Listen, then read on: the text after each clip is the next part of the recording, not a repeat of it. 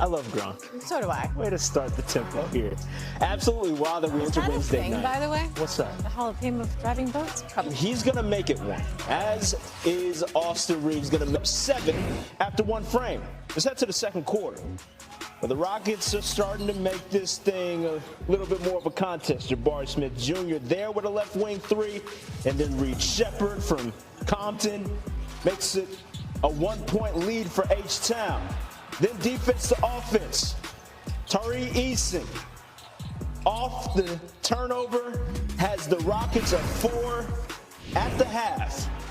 Early fourth quarter action. Amen Thompson for 3. Said them boys can't shoot. Apparently they can knock them down when they need to. Jabari Smith Jr., another 3. Rockets extend their lead to 13, largest of the game, and under 5 minutes left. Şengün gets a shot blocked.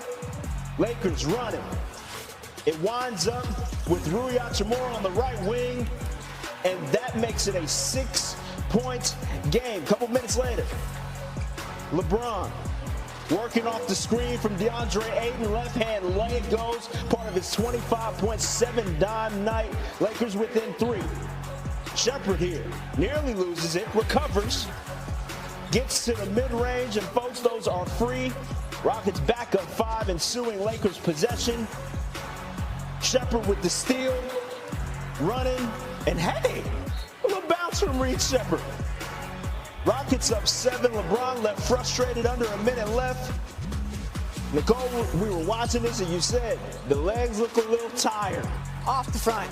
Neither one of those threes go, but the DeAndre Ayton putback does. It's a 3-point game, next Lakers possession. That 3, as you would guess, short as well. Lakers have to foul.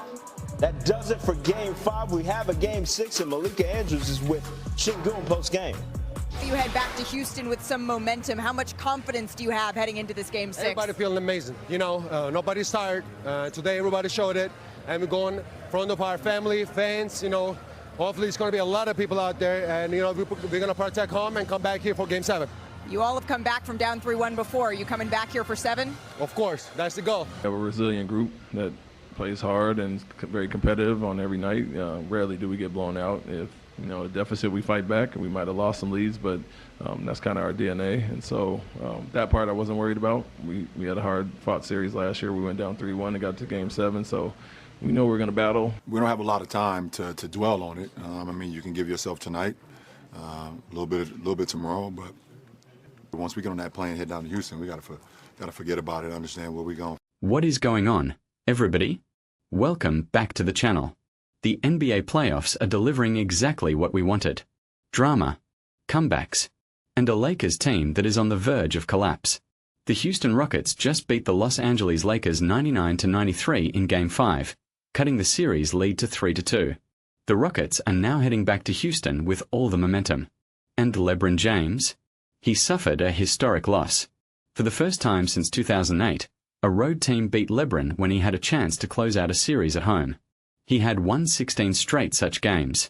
That streak is now over. The Rockets have won 2 straight. They have held the Lakers under 100 points in both games.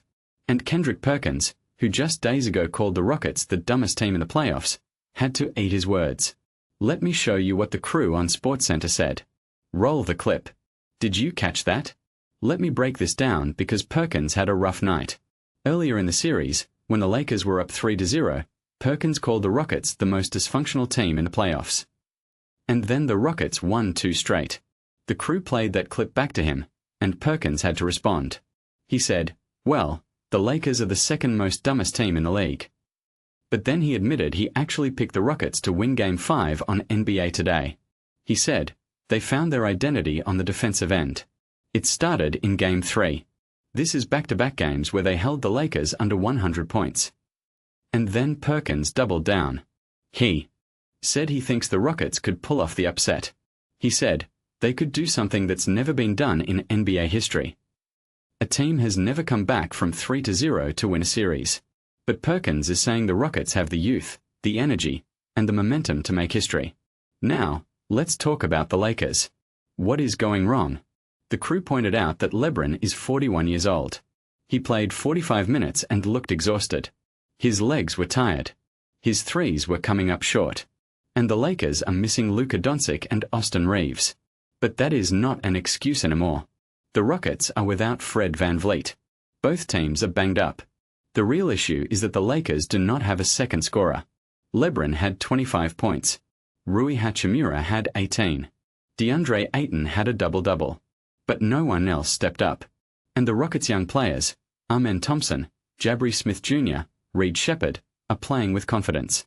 Thompson played 45 minutes and looked like he could play another game. Shepherd had steals, assists, and clutch buckets. Perkins said, "When you think about the Rockets, the only thing separating them from being up in this series was their IQ. They have found their niche for limiting turnovers and getting back to who they are, getting stops and getting out in transition. And what we are seeing now is a team playing with a high level of confidence and playing with some damn pride." Now, let's look ahead to Game 6. The Rockets are back in Houston. They have the home crowd. EY have the youth. They have the momentum. And the Lakers have a 41-year-old LeBron James who just played a grueling 45-minute game and has to turn around and play again in less than 48 hours. Perkins said, "I don't think the Lakers get Game 6. He thinks the series goes to 7 games, and he favors the Rockets. I am not ready to say the Rockets are going to complete the comeback. But I will say this, the Lakers are in trouble. They have no answer for the Rockets' athleticism.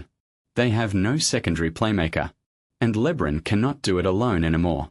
If the Rockets win Game 6, all the pressure shifts to Los Angeles for a Game 7. And anything can happen in Game 7. I want to know what you think. Can the Rockets complete the greatest comeback in NBA history? And is LeBron to blame for the Lakers' collapse? Let me know in the comments. I read every single one. If you enjoyed this breakdown, hit that like button. It really helps the channel. And subscribe if you want to stay locked in. We are building something real here. See you next time. Peace.